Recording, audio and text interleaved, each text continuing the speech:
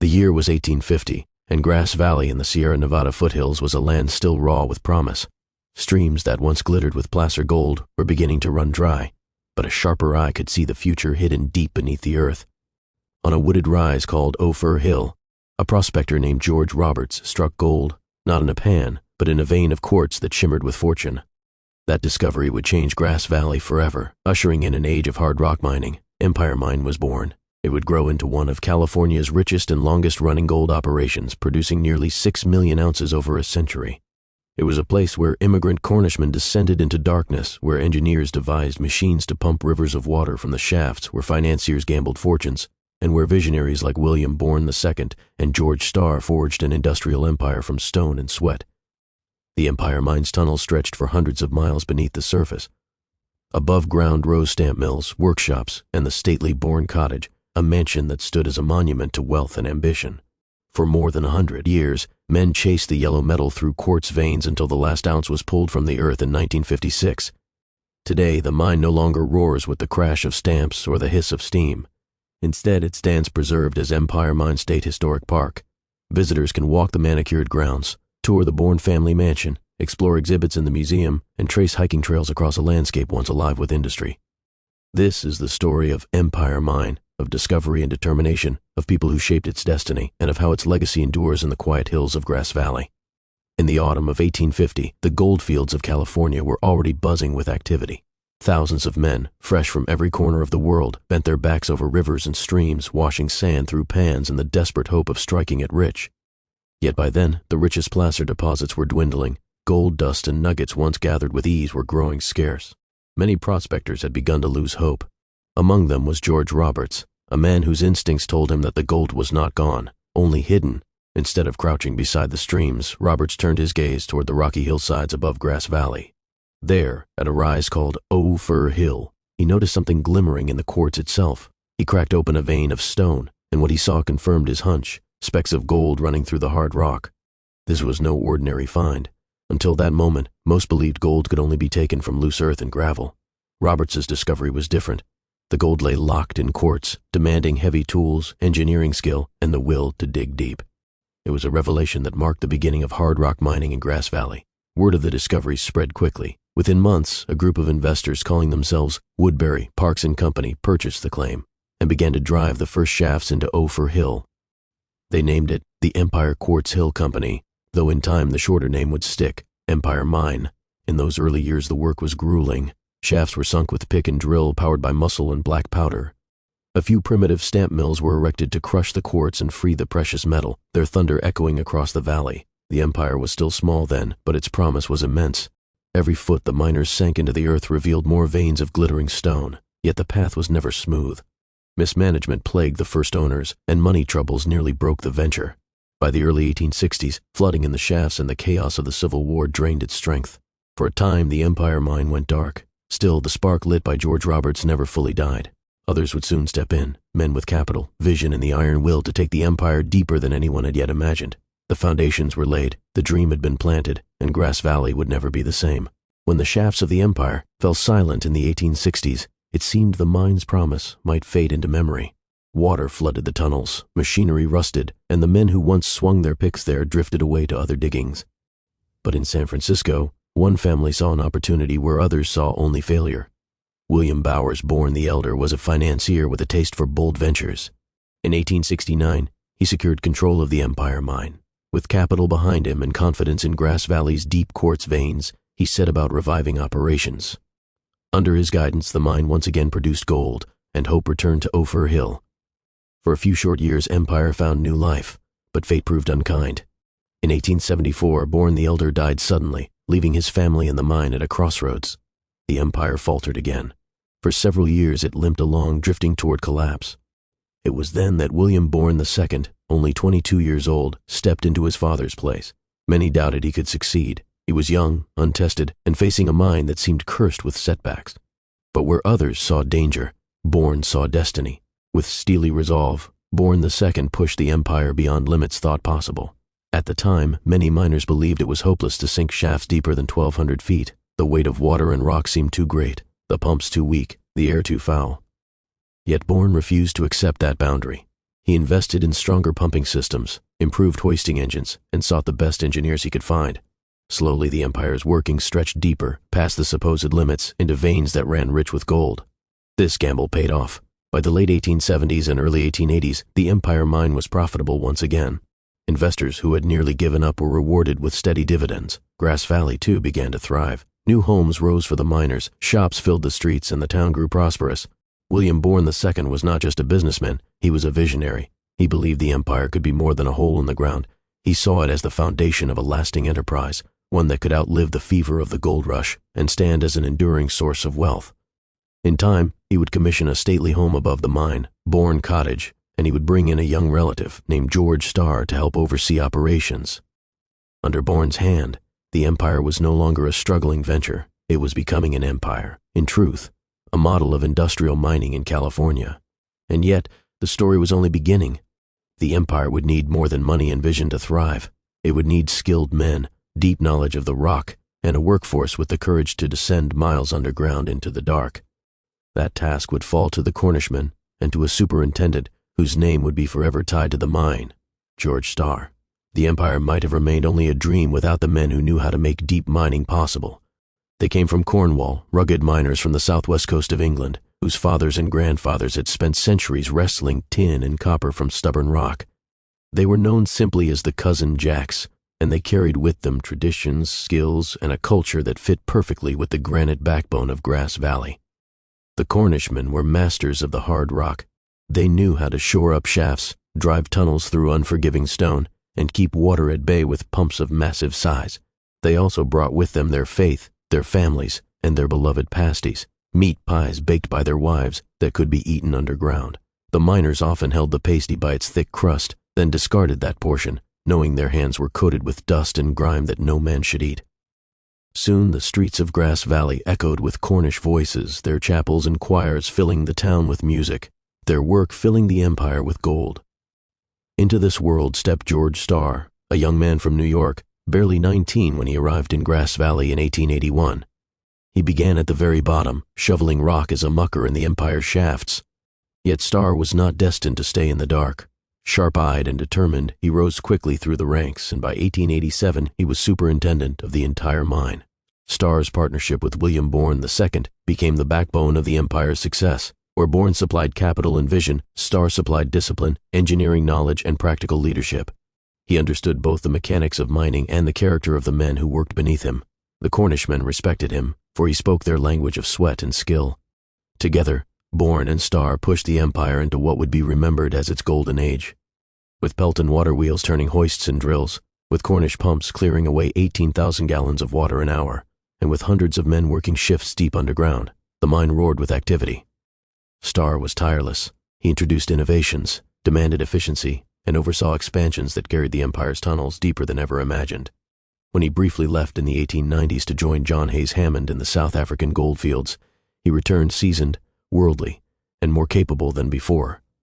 Under his steady hand, Empire grew into one of the greatest gold producers in North America. Yet, amid the clanging of drills and the crash of stamp mills, there was also the human side. Families built homes on the hillsides, children played in the company towns, and the Cornish chapels rang with hymns that drifted across the valley on Sunday mornings. Empire was not just a mine, it was a community, bound together by stone, sweat, and song. By the dawn of the 20th century, Empire Mine had transformed from a failing claim into a true industrial empire. Its leaders were William Bourn II and George Starr. Its lifeblood was the Cornishmen and their families, and its promise seemed boundless, for the gold in the quartz still gleamed and the hunger to chase it still burned. By the closing years of the 19th century, Empire Mine had become more than a venture in quartz and gold. It was an institution, a thriving industrial power that dominated Grass Valley's skyline and economy. The crash of the stamps, the whir of Pelton wheels, and the steady rhythm of hoists echoed across the hills, marking a tempo that defined daily life. In 1897, William Bourn II commissioned a home that would stand as a symbol of the mine's success. Designed by the San Francisco architect Willis Polk, the Bourn Cottage rose above the mine works like a country manor transplanted from England. Built of local stone and surrounded by manicured gardens, it provided a refined retreat for the Bourn family. Here the contrast was sharp. Below ground, miners labored in heat, water, and darkness, while above ground, Guests strolled through rose gardens and took tea on the veranda. The cottage became the heart of the estate, a reminder that gold shaped not only fortunes but lifestyles. Underground, technology advanced as well. By 1910, the cyanide process was introduced at Empire. This innovation allowed miners to recover fine particles of gold once lost in the tailings. The result was a leap in efficiency that extended the mine's productive life by decades. At the surface, the mills were modernized, and the stamp batteries roared louder than ever, crushing thousands of tons of ore each day. The Empire was no longer a single claim. Through careful acquisitions, it absorbed neighboring properties such as the Pennsylvania mine. This consolidation opened new veins and gave the Empire an almost unbroken hold on the rich ore body beneath Grass Valley. The strategy proved successful, output soared, and the mine became one of California's most reliable producers of gold. Life in Grass Valley reflected the wealth flowing from the ground. Stores lined the streets, new schools were built, and families filled the town with energy and song. Cornish traditions mixed with American ambition, creating a unique community where chapels, music halls, and pubs thrived alongside the machinery of industry. The Empire provided steady work for hundreds, and with it a sense of security rare in a boom-and-bust mining world. Through the partnership of William Bourn and George Starr, the Empire had reached its peak. It was no longer a fragile gamble, but a robust enterprise, a true golden age where technology, vision, and labor combined to pull millions in wealth from the earth. At the turn of the century, few could have imagined that the story would change, or that a new chapter, one of corporate giants and global markets, was about to begin. By the late 1920s, the Empire stood as one of the greatest gold producers in the state, but the era of family ownership was drawing to a close. William Bourn II, now a seasoned magnate with vast holdings and new interests elsewhere, looked to sell. The buyer who stepped forward was Newmont Mining, a company with global ambitions and the capital to match. In 1929, under the guidance of Fred Searles Jr., Newmont purchased both the Empire and its longtime rival, the North Star. The two were merged into a single operation, Empire Star Mines Limited. The timing was remarkable. The stock market collapsed that same year, sending much of the nation into despair. Yet gold did not lose value. With the United States dollar tied to it, gold remained steady, even rising in importance. While factories closed and bread lines grew in cities across the country, Grass Valley continued to hum with the sound of hoists, drills, and stamp mills. The Empire Star became the lifeline of the town, providing steady work when so many others had none. Newmont brought new methods and efficiencies. With vast resources behind it, the company expanded the workings, modernized equipment, and deepened the shaft to levels no one in Bourne's time would have dared imagine. The mine's incline eventually stretched to more than 11,000 feet, a descent so vast that its network of tunnels extended for hundreds of miles. Cornish pumps still labored day and night, clearing away rivers of water, while electric power replaced older systems, giving the mine even greater reach. George Starr, returning from his years abroad, continued to oversee operations with a steady hand. Under his leadership and Newmont's backing, the Empire Star entered its most productive era. During the bleakest years of the Great Depression, when entire towns across America suffered, Grass Valley flourished. Shops stayed open, schools thrived, and families held on. The gold of the Sierra Nevada not only enriched shareholders, but shielded a community from ruin. Yet history intervened once more. In 1942, with the Second World War raging, the federal government declared gold mining non-essential to the war effort. The Empire's hoists fell silent, its tunnels emptied, and its men were sent to shipyards, armories, and battlefields. For 3 long years, the mine stood idle, its machinery gathering dust. Only after the war ended in 1945 did the Empire Star roar back to life, though the pause had shaken the continuity of its work. Still, for a time, prosperity returned. The Empire Star once again pulled thousands of ounces from the rock, its legacy seemingly unshakable. But costs were rising, the ore was harder to reach, and the price of gold remained fixed by the government. The golden age of corporate expansion had carried the mine further than ever before, but the shadow of decline was beginning to creep across the horizon. The years after the war brought both hope and hardship for the Empire Star.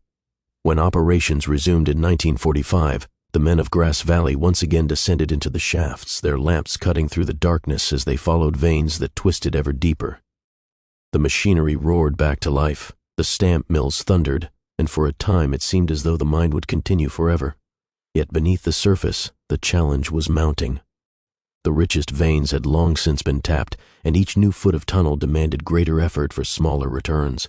Pumps strained against endless floods, hauling up 18,000 gallons of water every hour. The incline dropped deeper and deeper until it reached more than 11,000 feet, making it one of the deepest mines in the world. The vast underground city of drifts and stopes stretched for nearly 370 miles, a labyrinth carved by generations of men chasing the yellow metal. But the numbers no longer worked. The price of gold was fixed at $35 per ounce, held in place by government decree, while costs climbed year after year. Explosives, timber, wages, and electricity all grew more expensive. What once had been a river of profit slowly narrowed to a trickle. By the early 1950s, every ounce of gold recovered seemed to cost nearly as much as it returned. The men of Grass Valley felt the change. Work grew harder, layoffs came more often, and the once steady security of Empire employment began to slip. Families who had lived for generations by the rhythm of the mine now faced an uncertain future. The town still echoed with Cornish songs and the pride of a mining community, but there was an uneasiness in the air. In 1956, the end came. After more than a century of operation, after producing nearly 5.8 million ounces of gold, the Empire's hoists lifted their last load of rock. The pumps were shut down, the lights went dark, and the great mine of Grass Valley closed its doors. For the miners, it was the end of an era. Many had fathers, grandfathers, even great-grandfathers who had worked those same tunnels. The closure was more than the loss of jobs. It was the closing of a heritage, a way of life that had defined the town since the days of George Roberts and his first strike on Ophir Hill. Grass Valley would endure, but never again would it know the roar of the stamp mills or the endless drive of men pushing deeper into the earth for gold. The last ounce had been pulled, and the Empire, once a symbol of ambition and power, passed quietly into history. When the hoists stopped in 1956, the Empire's silence seemed final. The once thundering stamp mills stood idle, their iron teeth rusting in the mountain air. Shafts that had swallowed generations of men were sealed, and buildings that had bustled with activity fell quiet. For 2 decades the Empire lingered in memory, its tunnels filling with water, its machinery gathering dust, and its cottages and gardens slowly surrendering to time. But history has a way of refusing to die. The people of Grass Valley, proud of their mining heritage, knew the Empire was too important to be forgotten. This was no ordinary mine. It had been a cornerstone of California's industrial might, a place where technology, labor, and vision had shaped both a community and a state. Efforts grew to save what remained, to protect the legacy before it slipped away forever. In 1975, the state of California purchased the Empire's surface estate. What had once been private property became public ground, a treasure not of gold but of history. 2 years later, Empire Mine was placed on the National Register of Historic Places, recognized as one of the most important mining sites in the American West. Work began to restore and protect. The great Bourn Cottage was cleaned, its gardens replanted, its stone walls renewed. Machinery was stabilized, headframes secured, and the old mine yard transformed into a place where visitors could see and touch the past. The rusting remnants of an industry were given new life as exhibits, each telling the story of the men and women who had built Grass Valley's golden age. Empire Mine had once been a place of labor and danger. Now it was becoming a place of memory and education, preserved not for profit but for the generations yet to come. The past had been saved, not buried, and the Empire was ready to open its gates once again, this time not for miners, but for all who wished to walk through history. Though the mine closed in 1956, the Empire did not vanish into silence. Its story carried forward into a new life, not as an industrial giant, but as a place of memory.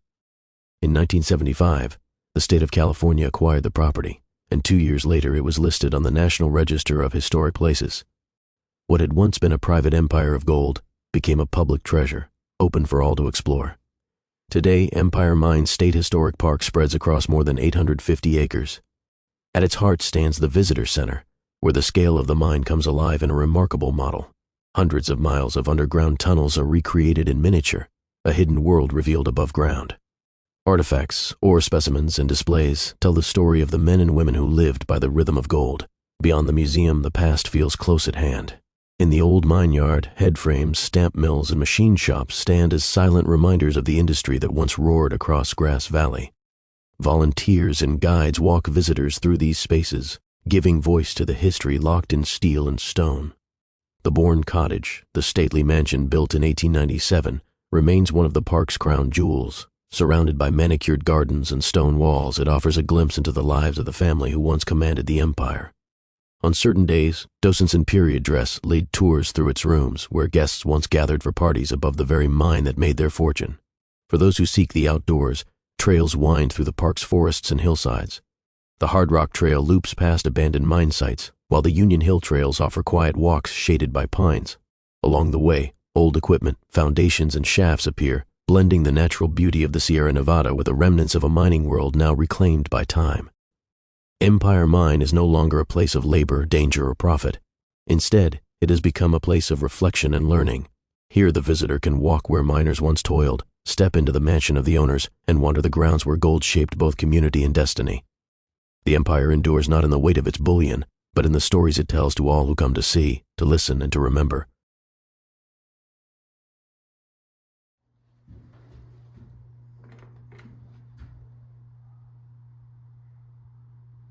The large model you see before you represents the underground workings of the Empire Starr mine complex. The model's construction began in 1938. The model was built with utmost secrecy. Only managers and some geologists and engineers were allowed to study the model. The architectural scale of the model is 1 inch equals 80 feet. It represents a surface area of 5 square miles. Extensive information is contained on this model, including over 367 miles of excavations, with 56 different shafts and 49 complete mines. The parts of the model that are gray or black are just its supporting structure. Only the brightly colored areas represent actual underground workings. The yellow, orange, and red indicate the richest ore concentrations. Green and blue are lower grades. The striped pieces are crosscuts or drifts that were driven to connect one area with another. Miners entered the empire through the main shaft. They descended the steep incline on open man skips. The skips dropped 600 feet per minute. When the miners reached the bottom of the shaft at the 4,600-foot incline level, they left the skips and walked for 1/2 mile. There, a hoist would lower them into the deepest workings of the empire, over 8,000 feet down the incline. At the North Star mine, the earliest shaft was an incline shaft, similar to the one at the empire. The miners would descend in double-decker cages, 18 men at a time. In just 5 minutes, they would drop 3,600 feet straight down and embark at what was the 8,600-foot incline level. After a short walk, they would again be lowered into the very deepest portions of the mine, the 11,000-foot incline level. This area of the mine is just 193 feet short of being a full vertical mile below the surface. Naturally occurring underground water was a constant and very expensive problem. The pumps poured out 2,100 gallons per minute at the surface, swelling the local streams and rivers. The bullion mine is represented in the far upper corner. It is also the subject of this larger scale model. It was involved in a famous lawsuit between the Empire Starr Company and the bullion mine in 1935. Water from the bullion drained into the Empire Mine pumping system. To stop this flow, a concrete dam was constructed at the 3,000-foot level of the empire. With the dam in place, water began backing up in the bullion mine. Mr. Phil Keast, former master mechanic of the empire, drove to the bullion mine area daily. After 2 weeks, he could finally see water being pumped from the bullion mine shaft. The Empire Starr Company ultimately won the lawsuit against the bullion and was paid restitution. The mine ceased operation in 1956. Today, the mine is completely filled with water to the level of the natural water table, about 150 feet below the surface. During the 106 years of continuous operation, 26 deaths occurred in the Empire Starr complex. Very few of those deaths were attributed to rock falls or cave-ins. This mine had a relatively good safety record because of the generally stable rock formations and strict adherence to safety regulations. The Empire Starr mines earned, and were justifiably proud of, their reputation as innovative leaders